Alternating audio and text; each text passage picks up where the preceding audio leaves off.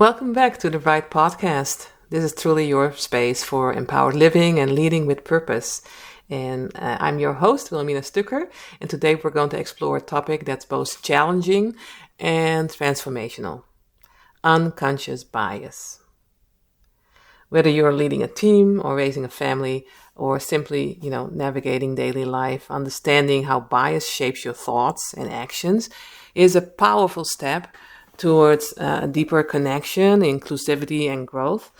Growth for yourself, your team, your family, and whoever you are interacting with. So throughout today's episode, I also will share some affirmations to help you shift your mindset and anchor into greater awareness.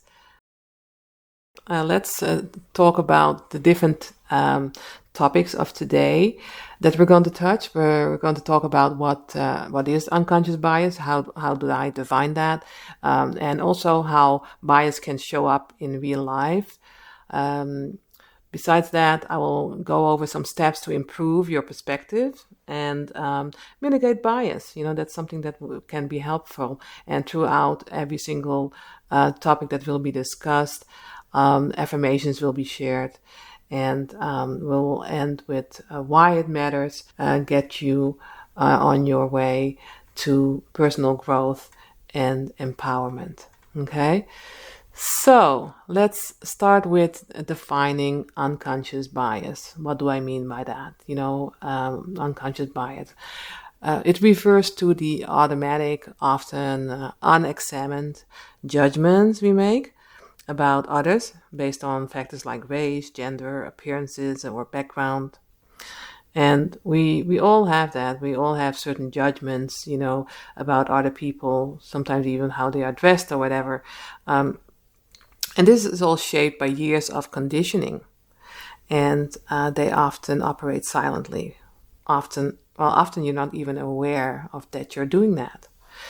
So touching this topic, hopefully will bring some light to that, make you feel where you need to change if you're ready, and give you some tools on how to.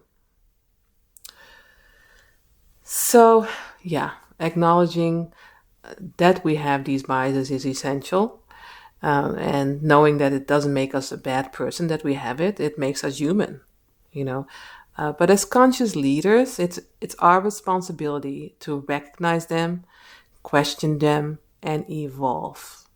And conscious leaders doesn't mean leaders only, at work, in the office. We're conscious leaders at home as well. If you homeschool your child or even raise your family, you're a leader. And being conscious of your actions and the lessons that you are bringing forward to your environment is very, very important. Okay, so let's start with the first affirmation. I am open to seeing beyond my assumptions. Don't assume, really know the facts. Okay, I choose to lead with awareness and intention. And these affirmations that I will share here during this episode will also be in the script on the website of Bryght. So feel free to just go there if you want to read it again, and maybe write it in your journal if you keep a journal. All right. So how bias shows up in real life. It often happens, even when you're hiring, you may favor someone who feels like a good fit, but often that just means that they resemble us, or maybe they even look like us, or they like the same things. In meetings, we may unconsciously listen more attentively to certain voices and dismiss others. And even in our social circles, we often gravitate towards those who feel familiar and creating echo chambers that limit our growth. And for marginalized individuals, this can feel like constantly hitting invisible walls and feeling and being overlooked, underestimated or excluded. And that's why it matters to be conscious about this. So this is not continuing to happen in your environment. So even our internal dialogue is affected. Our biases can prevent us from fully understanding others or even ourselves because we're operating from incomplete or inaccurate stories. Okay. Another affirmation that I'd like to share is I release the need to judge. I make space for every voice to be heard and valued. This is how you also would want to be received. So give to others what you'd like to receive yourself. So here are some steps to improve your perspectives and mitigate biases. So let's explore practical ways you can begin to shift your perspectives and reduce bias in everyday life. Okay, I'd like to start with increased self-awareness. That's something that I always like to lead with because self-awareness, in my opinion, is crucial. Notice your gut reaction and ask yourself, why did I think that? What belief is behind this feeling? And these questions, you can ask at the end of the day, or maybe even after a meeting when you think back and reflect back on your actions and your thoughts. But allow yourself the time and space to do some self-examination and become more aware of your actions. Of course, you can enroll in Bright's course, The Power of Self-Awareness and Emotional Intelligence. It's a great self-help course I fully recommend, and I'm not being biased here. No, but seriously, it's a very powerful course, but there's many other tools out there. So feel what resonates with you. If you need some tools, in addition to get to that place of unbiased awareness. All right, an affirmation. I am willing to look inward.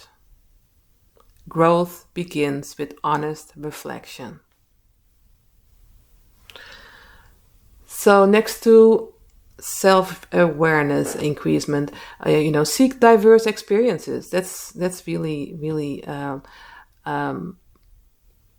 well, I think it's interesting at least, but it helps you grow on many levels. Diversity expands empathy. Step into new environments. Read authors from different cultures or shows, or watch movies from different cultures, countries, and observe objectively. Watch stories that challenge your thinking. I was raised in the Netherlands, born and raised in the Netherlands, and I come from mixed race family. My environment was always diverse. That's very natural to me, and that's not always for everybody, obviously.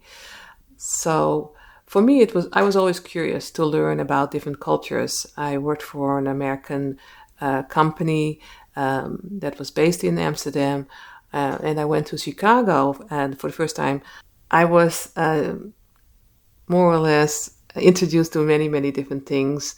My colleagues brought me to a basketball game and other things, and they asked me, "So, what do you want to do next?" And I said, "Well, let's visit a grocery store." And their jaw dropped more or less because they were thinking, "Why a grocery store?" I was just curious to see, how people in the United States did their groceries, what kind of products were out there, learning about people's culture, from those very basic situations was, interesting to me. Anyways, if you don't have that curiosity, open your heart, because truly it will enrich you, and you will learn to look at things from many different angles and perspectives. And an affirmation that I'd like to share in relation to this topic is: every experience is an opportunity to learn something new. Welcome different perspectives. So tell yourself, I welcome different perspectives, as an affirmation, if you want to grow in that direction. Another step, practice mindful listening. Listen not to respond, but to understand. Okay, it's important to let people tell their stories without interrupting or giving judgments. So affirm to yourself, I listen with curiosity. I am present with others without needing to be right. Okay, step away from your ego and just be a part of the moment and embrace the people and the situations around you. Next step that I'd like to highlight is challenge stereotypes. When you notice a biased thought, pause and ask yourself, is this based on fact or fear?